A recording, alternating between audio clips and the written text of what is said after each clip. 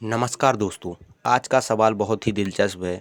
वो सवाल है कि अमीर लोग अपना पैसा कहाँ इन्वेस्ट करते हैं। क्या अमीर आदमी अपना पूरा पैसा बैंक अकाउंट में रखते हैं, क्या फिर वो अपना पूरा पैसा शेयर मार्केट में लगाते हैं, या फिर उनके पास पैसे को बढ़ाने के लिए कोई अलग तरीका होता है। अगर आपके भी मन में ये सवाल हैं तो आज की वीडियो आपके लिए बहुत महत्वपूर्ण होने वाली है, क्योंकि अमीर बनने के लिए सिर्फ पैसा कमाना जरूरी नहीं है। जरूरी यह है कि कमाए हुए पैसे को कहां और कैसे लगाना चाहिए। और इस वीडियो में हम समझेंगे कि फाइनेंशियल सक्सेस लोग आमतौर पर किन किन एसेट्स पर ध्यान देते हैं और उनका पैसा कैसे अलग अलग जगहों पर डिस्ट्रीब्यूट हो सकता है, और इससे एक आम व्यक्ति क्या सीख सकता है। तो वीडियो को अंत तक जरूर देखिए, क्योंकि मैं वीडियो के अंत में एक ऐसा फार्मूला बताऊंगा जिसको जानने के बाद आप भी अमीर लोगों जैसे सोचने लगेंगे, और फिर आपको अमीर बनने से कोई नहीं रोक सकता। जब अमीर लोग इन्वेस्टमेंट की बात करते हैं तो इक्विटी यानी स्टॉक एक महत्वपूर्ण एसेट क्लास हो सकता है। अब बहुत से लोग सोच रहे होंगे कि केवल इक्विटी ही क्यों, क्योंकि किसी अच्छी कंपनी में हिस्सेदारी खरीदने का मतलब है कि आप उस बिजनेस में ग्रोथ में भी हिस्सा ले रहे हैं। मान लीजिए आपने किसी कंपनी का शेयर खरीदा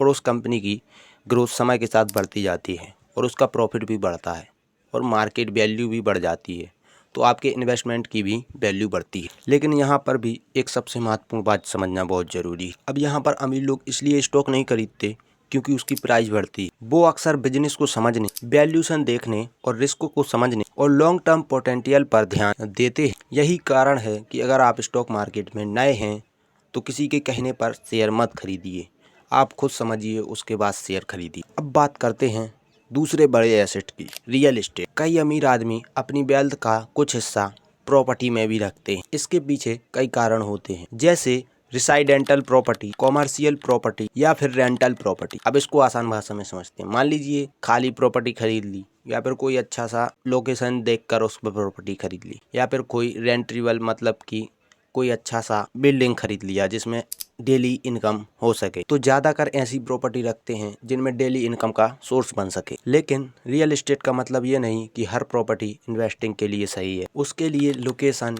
और डिमांड और वैल्यू और रेंट, इन सभी चीजों को समझना बहुत जरूरी है। क्योंकि प्रॉपर्टी खरीदना तो बहुत आसान होता है, लेकिन उसे सही समय पर बेचना बहुत कठिन हो सकता है। अब आते हैं उस जगह पर जहां पर बहुत से वेल्थी लोगों की सबसे बड़ी वेल्थ बनती है, वो है बिजनेस ओनरशिप। अगर कोई व्यक्ति खुद का बिजनेस चलाता है या फिर प्रॉफिटेबल बिजनेस में ओनरशिप रखता है तो उसकी वेल्थ बिजनेस की ग्रोथ के साथ बढ़ती रहती है। उदाहरण के लिए मान लीजिए किसी बिजनेस की सैलरी बढ़ती है, प्रॉफिट बढ़ता है और कंपनी की वैल्यू बढ़ती है, तो ओनर के हिस्सेदारी की भी वैल्यू बढ़ती है। यही वजह है कि कई अमीर लोगों के लिए बिजनेस सिर्फ इनकम का सोर्स नहीं होता, बल्कि वेल्थ क्रिएशन का बड़ा माध्यम होता है। लेकिन बिजनेस में भी रिस्क ज्यादा हो सकता है। अब एक बहुत जरूरी बात, हर अमीर आदमी अपना पूरा पैसा रिस्की एसेट में नहीं रखता। पोर्टफोलियो में बॉन्ड्स और अन्य फिक्स्ड इनकम इन्वेस्टमेंट भी भूमिका निभा सकते हैं। इनका उद्देश्य अक्सर पोर्टफोलियो को स्टेबिलिटी और प्रोडक्टिवली इनकम का हिस्सा देना होता है। यहाँ एक महत्वपूर्ण प्रिंसिपल है, इन्वेस्टमेंट का मतलब केवल रिटर्न कमाना नहीं है, रिस्क को मैनेज करना भी है। अब मान लीजिए अगर आपने किसी कंपनी में पूरा पैसा लगा दिया और आपको रिस्क मैनेजमेंट करना ही नहीं आता, तो आपको तो वैसे ही लॉस हो जाएगा। इसलिए आप रिस्क मैनेजमेंट को समझिए। अब बात करते हैं ऐसे एसेट की जहाँ सबसे ज्यादा अमीर लोगों का इन्वेस्टमेंट होता है। वो एसेट है गोल्ड। आप लोगों ने देखा होगा कि ज्यादातर अमीर लोगों के पास गोल्ड बहुत ज्यादा होता है, तो उनका पैसा ज्यादातर गोल्ड में भी इन्वेस्ट होता है। लेकिन इसका मतलब ये नहीं कि आप पूरा पैसा अपना गोल्ड में डाल दीजिए। आप इसको समझने के बाद आपकी क्षमता के अनुसार आप इसमें इन्वेस्ट कर सकते हैं। अब बात करते हैं ऐसे ऑप्शन की जो आम इन्वेस्टर के लिए भी काफी उपयोगी हो सकता है। वो है म्यूचुअल फंड और इंडेक्स फंड। अब हर व्यक्ति के पास किसी भी स्टॉक की पूरी जानकारी या फिर उसके बारे में रिसर्च करने के लिए टाइम नहीं होता है। ऐसे में डिवर्स फंड एक प्रैक्टिकली ऑप्शन हो सकता है। उदाहरण के लिए इंडेक्स फंड किसी ब्रॉड मार्केट इंडेक्स को ट्रैक करने की कोशिश करता है। इससे इन्वेस्टर को एक ही इन्वेस्ट के माध्यम से कई कंपनियों में एक्सपोज मिल सकता है। और अगर कोई व्यक्ति लंबे समय तक डिसिप्लिन से इन्वेस्ट करता है तो उसे कंपाउंडिंग का भी फायदा मिल सकता है। लेकिन इन्वेस्टमेंट करने से पहले प्रोडक्ट,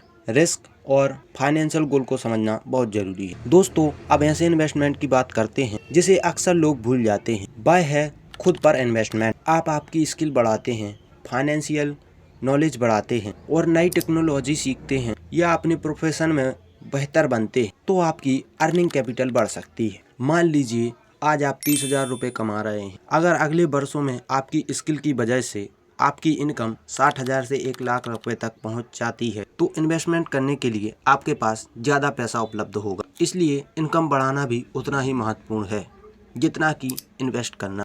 अब सबसे महत्वपूर्ण सवाल कि अमीर आदमी अपना पूरा पैसा एक ही जगह पर क्यों नहीं रखता। अब मान लीजिए किसी व्यक्ति के पास 1 करोड़ रुपए हैं, तो क्या वह 1 करोड़ रुपए एक ही स्टॉक में लगाएगा, या फिर पूरा पैसा एक ही प्रॉपर्टी में लगाएगा, या फिर पूरा पैसा बैंक अकाउंट में रखेगा। ऐसा करना कॉन्क्रेशन रिस्क पैदा कर सकता है। इसलिए वेल्थियर इन्वेस्टर अक्सर डिवर्सिफिकेशन पर ध्यान देते हैं। उनका पैसा अक्सर अलग अलग एसेट में हो सकता है, कुछ इक्विटी में, कुछ फिक्स्ड इनकम में, कुछ रियल एस्टेट में, और कुछ बिजनेस में, और कुछ गोल्ड या फिर अन्य एसेट में। लेकिन ध्यान रखिए, डिवर्सिफिकेशन का मतलब ये नहीं कि आप अपना पैसा कहीं भी डाल दें। अब बात करते हैं कि अमीर आदमी को देखकर एक आम आदमी क्या सीख सकता है। दोस्तों, सबसे बड़ी गलती तो ये होगी कि आप किसी अमीर आदमी का प्रॉफिट देखकर उसे एग्जैक्टली कॉपी करने लगें, क्योंकि आपको पता होगा कि अमीर आदमी की इनकम कितनी होती है और एक आम आदमी की इनकम कितनी। और सबसे बड़ी बात, उनके पास इमरजेंसी के लिए अलग से रिसोर्स हो सकते हैं। इसलिए हमें उनके इन्वेस्टमेंट की एग्जैक्ट कॉपी नहीं बल्कि उनका फाइनेंशियल मेडिटेशन सीखना चाहिए। अब एक आम आदमी को इन्वेस्ट करने से पहले क्या क्या बात को ध्यान रखना चाहिए। सबसे पहला रूल है इमरजेंसी फंड। अब बात करते हैं इमरजेंसी फंड क्यों रखना चाहिए। क्योंकि अगर आपकी किसी कारण से जॉब चली जाती है तो आपको पैसों की ज़रूरत पड़ती है और उसके कारण आपको इन्वेस्टमेंट बंद करना पड़ता है। तो इसलिए आपकी परिस्थिति के अनुसार इमरजेंसी सेविंग रखना महत्वपूर्ण है। दूसरा रूल है हाई इंटरेस्ट डेबिट। अगर आपके ऊपर बहुत ज़्यादा इंटरेस्ट वाला डेबिट का मतलब होता है कर्ज, तो केवल इन्वेस्टमेंट रिटर्न के पीछे भागना सही नहीं होगा। कई बार अपने कर्ज को मैनेज करना वेल्थ क्रिएशन का पहला कदम होता है, क्योंकि अगर आपका पैसा 10% कमाने की कोशिश कर रहा है तो दूसरी तरफ आपका डेबिट उससे ज़्यादा हो सकता है। तो पूरी फाइनेंशियल पिक्चर देखना जरूरी है। अब रिस्क नंबर 3, लॉन्ग टर्म सोच। अमीर बनने का मतलब रातों रात पैसा दोगुना करना नहीं है। वेल्थ क्रिएशन एक अक्सर लंबी जर्नी होती है। अगर आपने लंबे समय तक डिसिप्लिन से इन्वेस्टमेंट किया तो उसमें कंपाउंडिंग अपनी बहुत महत्वपूर्ण भूमिका निभाती है। रूल नंबर 4, आप अपनी इनकम बढ़ाएं। दोस्तों, सिर्फ इन्वेस्टमेंट से ही वेल्थ बनाने की कोशिश मत कीजिए, अपनी इनकम बढ़ाने पर भी ध्यान दीजिए। अपनी स्किल बढ़ाइए, साइड इनकम के तरीके सोचिए, और अगर आपकी इनकम बढ़ती है तो आप अपनी लाइफ स्टाइल को चेंज मत कीजिए और इन्वेस्टमेंट के लिए ज़्यादा पैसा बचाइए। अब रूल नंबर 5 कि दिखावे से बचिए। अब आप लोगों ने देखा होगा कि कई लोगों की इनकम बढ़ती है तो वो नया फ़ोन ले लेते हैं, या फिर कार ले लेते, या फिर बाइक ले लेते और फिर ज़्यादा खर्च करने लगते हैं। लेकिन ध्यान रखिए, वेल्थ और दिखावा एक ही चीज़ नहीं है। अक्सर वेल्थ वह है जो आपकी फाइनेंशियल फ्रीडम बढ़ाए। अब बात करते हैं कि अमीर आदमी अपना पैसा इन्वेस्ट कहाँ करते हैं। वे आम तौर पर एक जगह निर्भर रहने के बजाय अलग अलग एसेट, बिजनेस और अपॉर्चुनिटी के माध्यम से वेल्थ को डिवर्सिफाई करने की कोशिश करते हैं। लेकिन इसका मतलब ये नहीं कि हर वेल्थी व्यक्ति का प्रॉफिट एक जैसा हो। हर व्यक्ति के फाइनेंशियल प्लान अलग होते हैं और यही सबसे महत्वपूर्ण लेसन है। दोस्तों, अमीर बनने का कोई सबसे बड़ा सीक्रेट कोई मैजिकल स्टॉक, सेक्टर इन्वेस्टमेंट या कोई ओवर थिंकिंग सैमेस नहीं है। असल गेम है इनकम को बढ़ाना, खर्च को कंट्रोल करना, रिस्क को समझना और डिसिप्लिन में रहना, और सबसे जरूरी लंबे समय तक डिसिप्लिन बनाए रखना। अगर आज से आप अपनी फाइनेंशियल जर्नी शुरू करते हैं तो ये जरूरी नहीं कि आपके पास लाखों रुपए हों, छोटी शुरुआत भी की जा सकती है। तो दोस्तों, अगर ये वीडियो आपको अच्छा लगा हो तो वीडियो को लाइक जरूर कीजिए और चैनल को सब्सक्राइब करके कमेंट में जरूर बताएं कि आप अपना पैसा सबसे ज़्यादा कहाँ इन्वेस्ट करना पसंद करेंगे। Stock, mutual fund, real estate, gold या फिर बिजनेस में। कमेंट में जरूर बताएं।